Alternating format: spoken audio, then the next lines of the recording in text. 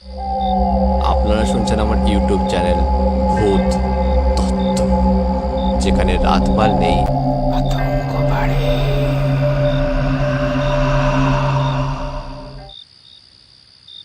নমস্কার শ্রোতারা, আমি অয়ন রয়েছি ভয়েসে। আপনারা শুনছেন ভূত তত্ত্বের আরও একটি ভয়ঙ্কর গল্প।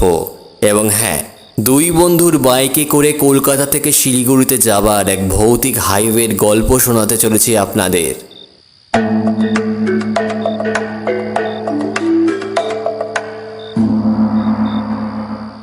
শুরু হচ্ছে আজকের গল্প, এক ভৌতিক হাইওয়ে। সময়টা ঠিক পুজোর আগে আগে রাকেশ আর অর্জুন ঠিক করলো দার্জিলিং যাবে, তাও আবার বাইকে। তো যেমন ভাবা তেমনই কাজ, নিজেদের সব কাজ গুছিয়ে নিয়ে বেরিয়ে পড়লো তারা বাইক নিয়ে।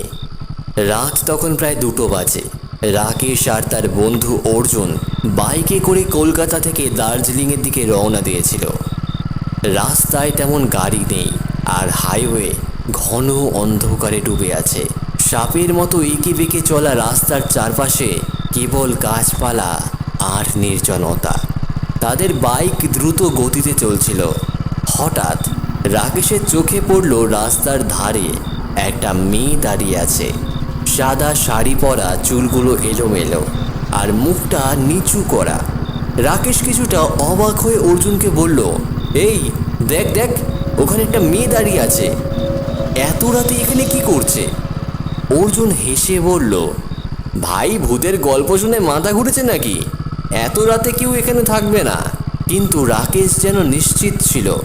সে বলল, আরে চল না, একবার গিয়ে দেখা যাক, কোনো বিপদে পড়েছে হয়তো। অর্জুন বাধ্য হয়ে বাইকটা থামালো।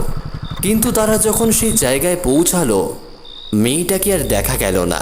চারদিকে শুধু গাছের শব্দ আর হালকা হাওয়া বইছিল।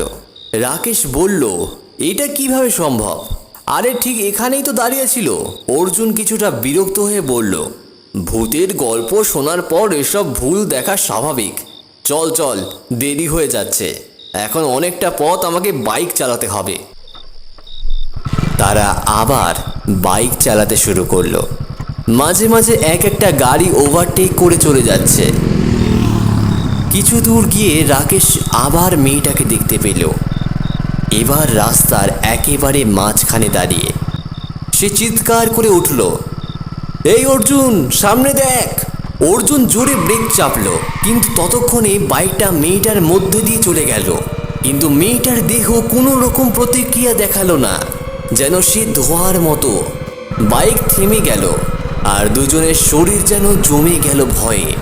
পেছনে ফিরে তারা দেখল মেয়েটা এখন পেছনে দাঁড়িয়ে আছে, মুখটা বিকৃত, চোখ দুটি লাল আগুনের মতো জ্বলছে।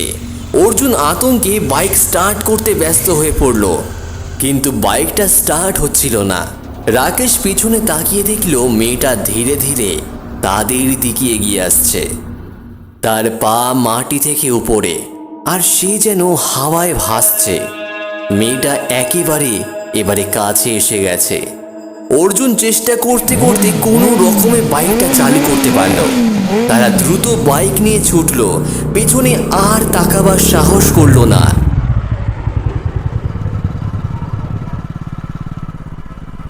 কয়েক মাইল পর তারা এক ধাবা দেখতে পেল এবং সেখানে গিয়ে বাইকটা থামালো।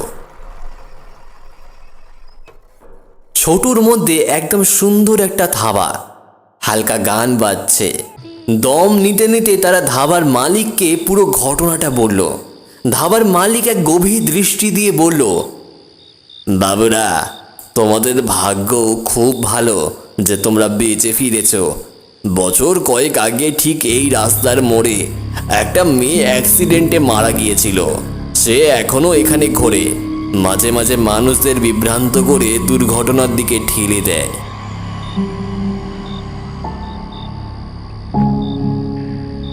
আমরা সেই কথাটি শোনার পর চুপচাপ বসে পড়লাম, আর ধাবার লোকটাকে 2 কাপ চা আনতে বললাম।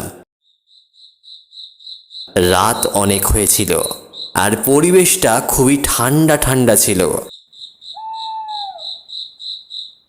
আর এর মধ্যে চা খেতে খেতে তারা চিন্তা করলো আজ তারা কোনো সাধারণ মেয়েকে দেখেনি।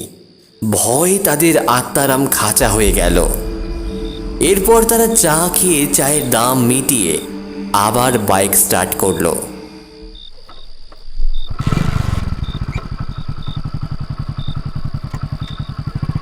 এবং যাবার আগে ভগবানের নাম জপ করে তারা চলে গেল সেই হাইওয়ে ধরে সোজা শিলিগুড়ির দিকে।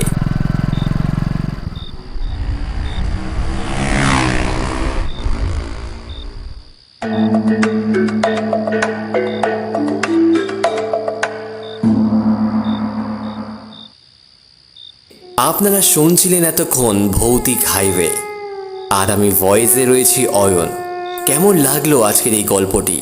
যদি ভালো লেগে থাকে তাহলে অবশ্যই লাইক করে কমেন্টে জানাবেন, এবং নতুন হয়ে থাকলে অবশ্যই আমার এই চ্যানেলটা সাবস্ক্রাইব করবেন আরও নানা ভৌতিক গল্প শোনার জন্য। তো দেখা হচ্ছে, চলুন আবারও নতুন ভূতের গল্পের সাথে।